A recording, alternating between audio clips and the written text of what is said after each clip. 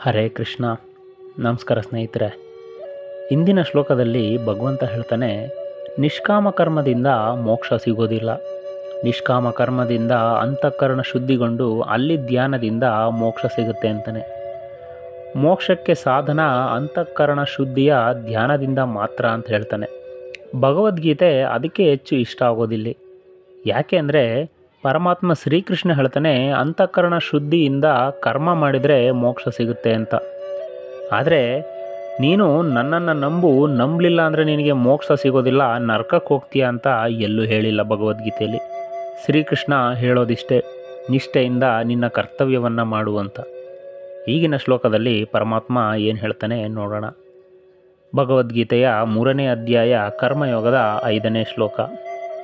ನಾಹಿ ಕಶ್ಚಿತ್ ಕ್ಷಣಮಪಿ ಜಾತು ತಿಷ್ಠತ್ಯ ಕರ್ಮಕೃತ್ ಕಾರ್ಯತೆ ಹ್ಯವಶಃ ಕರ್ಮ ಸರ್ವ ಪ್ರಕೃತಿ ಜೈರ್ಗುಣ್ಯೈ.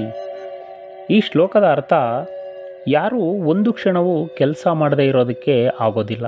ಪ್ರತಿಯೊಬ್ಬರೂ ತನ್ನ ಪ್ರಕೃತಿಯಿಂದ ಹುಟ್ಟುವ ಗುಣಗಳಿಂದ ಪರವಶನಾಗಿ ಕರ್ಮವನ್ನು ಮಾಡ್ತಲೇ ಇರ್ತಾರೆ ಅಂತಲೇ ಶ್ರೀಕೃಷ್ಣ. ಈ ಶ್ಲೋಕದ ಭಾವಾರ್ಥ, ಈ ದೇಹ ಸದಾ ಕಾರ್ಯನಿರತರಾಗಿರೋದು ಒಳಗಿರುವ ಆತ್ಮದ ಸ್ವಭಾವ. ಆತ್ಮ ದೇಹದಲ್ಲಿಲ್ಲ ಅಂದರೆ ದೇಹ ಚಲಿಸೋದಿಲ್ಲ. ಆತ್ಮ ಸದಾ ಕಾರ್ಯನಿರತವಾಗಿರುತ್ತೆ, ಒಂದು ಕ್ಷಣವೂ ಸುಮ್ಮನಿರಲಾರದು. ಆತ್ಮವಿಲ್ಲ ಅಂದರೆ ದೇಹ ನಿರ್ಜೀವ ಅಷ್ಟೇ. ಯಾವ ಮನುಷ್ಯನೂ ಒಂದು ಕ್ಷಣ ಕೂಡ ಏನೂ ಮಾಡದೆ ಸುಮ್ಮನಿರಲು ಸಾಧ್ಯವಿಲ್ಲ. ಪ್ರತಿಯೊಬ್ಬನೂ ಪ್ರಕೃತಿಯ ಗುಣಗಳಿಂದ ತನಗೆ ಅರಿವಿಲ್ಲದೆ ಕರ್ಮ ಮಾಡ್ತಾ ಇರ್ತಾನೆ. ಇಡೀ ವಿಶ್ವವೇ ಪ್ರಕೃತಿಯಿಂದ ಸೃಷ್ಟಿಯಾಗಿದೆ. ಅದರ ಮೂಲ ದ್ರವ್ಯ ಅಂದರೆ ಸತ್ವ, ರಜಸ್ಸು ಮತ್ತು ತಮಸ್ಸು. ಜೀವಕ್ಕೆ ಅದರದೇ ಆದ ಸ್ವಭಾವವಿರುತ್ತೆ. ಅದಕ್ಕನುಗುಣವಾಗಿ ಪ್ರಕೃತಿಯು ಈ ತ್ರಿಗುಣಗಳ ಪ್ರಭಾವ ಸದಾ ನಮ್ಮ ಮೇಲಿರುತ್ತೆ. ಹಾಗಾದರೆ ಸತ್ವ, ರಜಸ್ಸು ಮತ್ತು ತಮಸ್ಸು ಹೇಗೆ ಮನುಷ್ಯನನ್ನು ಕಾರ್ಯೋನ್ಮುಖನನ್ನಾಗಿ ಮಾಡುತ್ತೆ ಅಂತ ನೋಡೋಣ.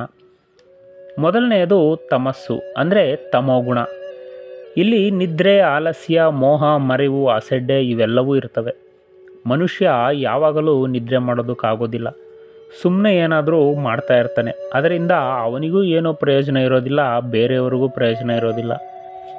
ಅನವಶ್ಯಕವಾಗಿ ಮಾಡೋ ಕೆಲಸ.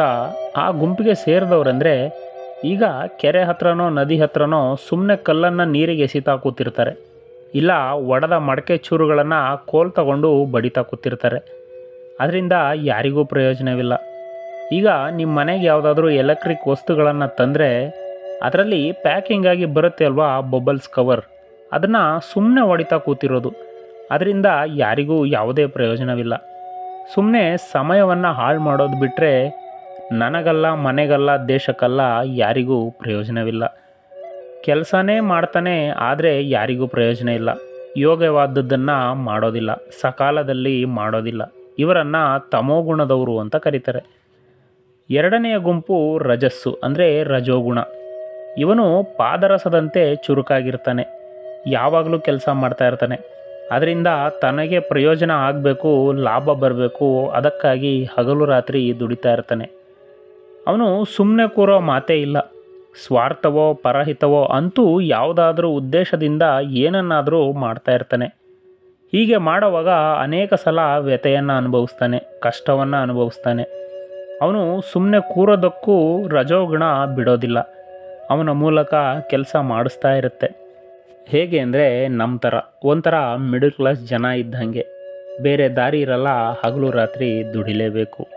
ಇನ್ನು 3ನೇ ಗುಣ ತತ್ವ ಅಂದರೆ ತತ್ವಗುಣಿ. ಈ 3 ಗುಣಗಳಲ್ಲಿ ಶ್ರೇಷ್ಠವಾದದ್ದು.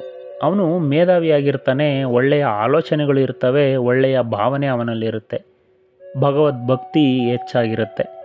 ಅವನು ಈ ಪ್ರಪಂಚದ ಮೇಲೆ ಅನುಕಂಪ ತೋರಿಸ್ತಾನೆ. ಜನರನ್ನು ಕಂಡರೆ ಪ್ರೀತಿ, ಕಷ್ಟದಲ್ಲಿರುವವರನ್ನ ಕಂಡರೆ ಹೃದಯ ಕರಗುತ್ತೆ. ಅವನಿಗೆ ಸಿಗಲಿಲ್ಲ ಅಂತ ಬೇಸರ, ಹೊಟ್ಟೆ ಕಿಚ್ಚು ಪಡುವವನಲ್ಲ. ದುಃಖದಲ್ಲಿರುವವರಿಗೆ ಸಾಂತ್ವನ ಹೇಳ್ತಾನೆ. ತಾನು ಬದುಕಿ ಇತರರಿಗೆ ಒಳ್ಳೆಯದನ್ನು ಬಯಸ್ತಾನೆ. ಇವನು ಸಹ ಯಾವುದಾದರೂ ಒಂದು ಕೆಲಸದಲ್ಲಿ ನಿರತರಾಗಿರ್ತಾನೆ. ಆದರೆ ಕೆಲಸದ ಹಿಂದೆ ಉದ್ವೇಗವಾಗಲಿ, ಗಡಿಬಿಡಿಯಾಗಲಿ ಅಥವಾ ತನ್ನ ಕೀರ್ತಿ ಲಾಭಕ್ಕಾಗಲಿ ಆಸೆ ಇಲ್ಲದೆ ಮಾಡ್ತಾನೆ. ಇವನನ್ನು ತತ್ವಗುಣಿ ಅಂತಾರೆ. ಅಂದರೆ ಈ 3 ಗುಣಗಳು ಹೇಗೆ ಅಂದರೆ, ತಮೋಗುಣಿ ಕೆಲಸಕ್ಕೆ ಬರದೇ ಇರೋದನ್ನು ಮಾಡ್ತಾನೆ, ರಜೋಗುಣಿ ಸ್ವಾರ್ಥದಿಂದ ಮಾಡ್ತಾನೆ, ತತ್ವಗುಣಿ ನಿಸ್ವಾರ್ಥ ಗುಣದಿಂದ ಮಾಡ್ತಾನೆ. ಹಾಗೆ ಯಾರೂ ಸುಮ್ಮನೆ ಕೂರೋದಿಲ್ಲ. ಎಲ್ಲರಿಗೂ ಏನನ್ನಾದರೂ ಮಾಡ್ತಾನೇ ಇರಬೇಕು. ಈ ಸೃಷ್ಟಿಯ ಸಣ್ಣ ಕಣದಿಂದ ಹಿಡಿದು ಈ ಭೂಮಿ, ನಕ್ಷತ್ರ, ಸೂರ್ಯ, ಚಂದ್ರ ಯಾವುದನ್ನು ತೆಗೆದುಕೊಂಡರೂ ಎಲ್ಲವೂ ಚಲಿಸುತ್ತಲೇ ಇರ್ತವೆ. ಸುಮ್ಮನೆ ಯಾವುದೂ ಇಲ್ಲ. ಸುಮ್ಮನೆ ಇರೋದಕ್ಕಿಂತ ಚಲಿಸೋದೇ ಉತ್ತಮ. ನಮಸ್ಕಾರ. ಶ್ರೀಕೃಷ್ಣ ಅರ್ಪಣಮಸ್ತು.